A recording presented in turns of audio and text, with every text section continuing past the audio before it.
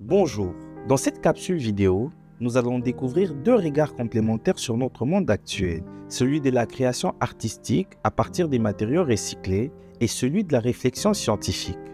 Pour cela, j'ai interviewé d'une part un artiste plasticien qui conçoit des robots à taille humaine et d'autre part un chercheur en faculté de sciences de notre belle université. Commençons par l'univers de l'artiste. À travers son travail, il montre que les déchets ont une seconde vie en les transformant en œuvres impressionnantes. Sa particularité est de créer des robots recyclés dans lesquels il peut entrer. Je suis très heureux de te rencontrer. Alors, est-ce que tu peux nous dire qui tu es? Je m'appelle Précy Lumbi, nom de ma famille biologique. Et dans ma famille artistique, je me nomme un robot sapiens. Donc, l'œuvre qui est à côté de moi, il s'appelle les robots sapiens Kimbalambala. L'un de mes premiers œuvres créé à l'est du Congo, plus précisément à Goma. Et donc, ce costume ici, c'est un costume qui n'est pas qu'un costume, qui est une sculpture vivante où je vis dedans pour donner une vie à ce que je voulais dire d'une manière gestuelle et innovative. À travers cette démarche, il ne se contente pas de créer pour créer. Il invite le public à réfléchir d'abord à notre manière de consommer et ensuite de jeter. Donc, dans les voitures usées, normalement, les voitures a été fait pour rouler avant tout et pas pour être stationnées. Moi, en étant un acteur de changement éco-responsable, je pense que si je pourrais rénover, réinventer une manière de se réapproprier de nos habits, je pense que c'était de porter ce type de costume pour un peu nous faire sortir de ces crises.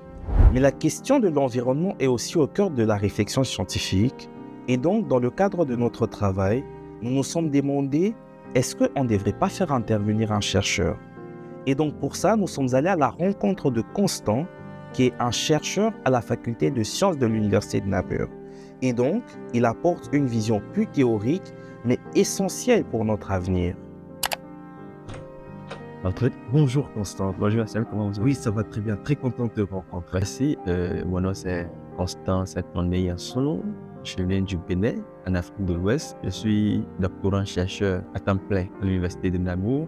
Alors, on entend par développement durable l'ensemble des pratiques qui permettent de prendre en charge les besoins de la génération actuelle sans pour autant impacter ceux des générations futures. Pour améliorer le développement durable à Namur sur notre campus, je pense qu'il faut travailler avec le personnel. Il faut d'abord réduire le temps de vol du personnel, ce qui permettra de réduire le bilan carbone, promouvoir l'usage des vélos pour éviter les véhicules à moteur, à essence, à diesel, etc. ou hybrides, qui parfois polluent également l'environnement. Finalement, ces deux interviews se répondent très bien.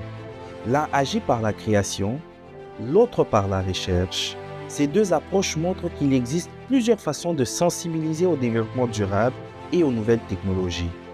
Par l'art, par la science, mais surtout par l'engagement.